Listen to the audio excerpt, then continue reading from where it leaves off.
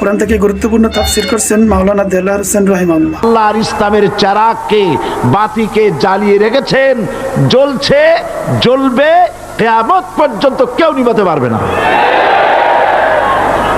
আল্লাহ পাক কোরআন শরীফের মধ্যে ইরশাদ করেছেন, ইউরিদুনা লিইউতফিউ নূরাল্লাহি বিআফওয়াহিহিম ওয়াল্লাহু মুতিম্মু নূরিহি ওয়ালাউ কারিহাল কাফিরুন। ওরা চায় মুখের ফু দিয়ে আমার ইসলামের আলোকে নির্বাপিত করে দেবে।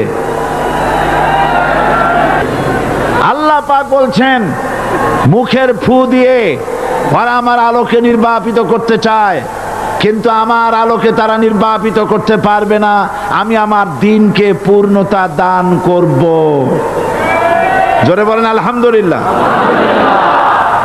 সেই আবহমান কাল থেকে শুরু করে মুহাম্মদ সাল্লাল্লাহু আলাইহি সাল্লামের চিরাগকে, ইসলামের আলোকে নিভিয়ে দেওয়ার জন্য আবু জাহেলের গোষ্ঠীরা চিরকাল চেষ্টা করেছে। আল্লাহ পাক তাদের এই বাতিলের সৃষ্ট টর্নেডো, গর্কি, জলোচ্ছ্বাস, ঘূর্ণিঝড়কে সবকিছু উপেক্ষা করে মুহাম্মদ সাল্লাল্লাহু আলাইহি সাল্লামের ইসলামের, আল্লাহর ইসলামের চিরাগকে, বাতিকে জ্বালিয়ে রেখেছেন, জ্বলছে, জ্বলবে, কিয়ামত পর্যন্ত কেউ নিভাতে পারবে না।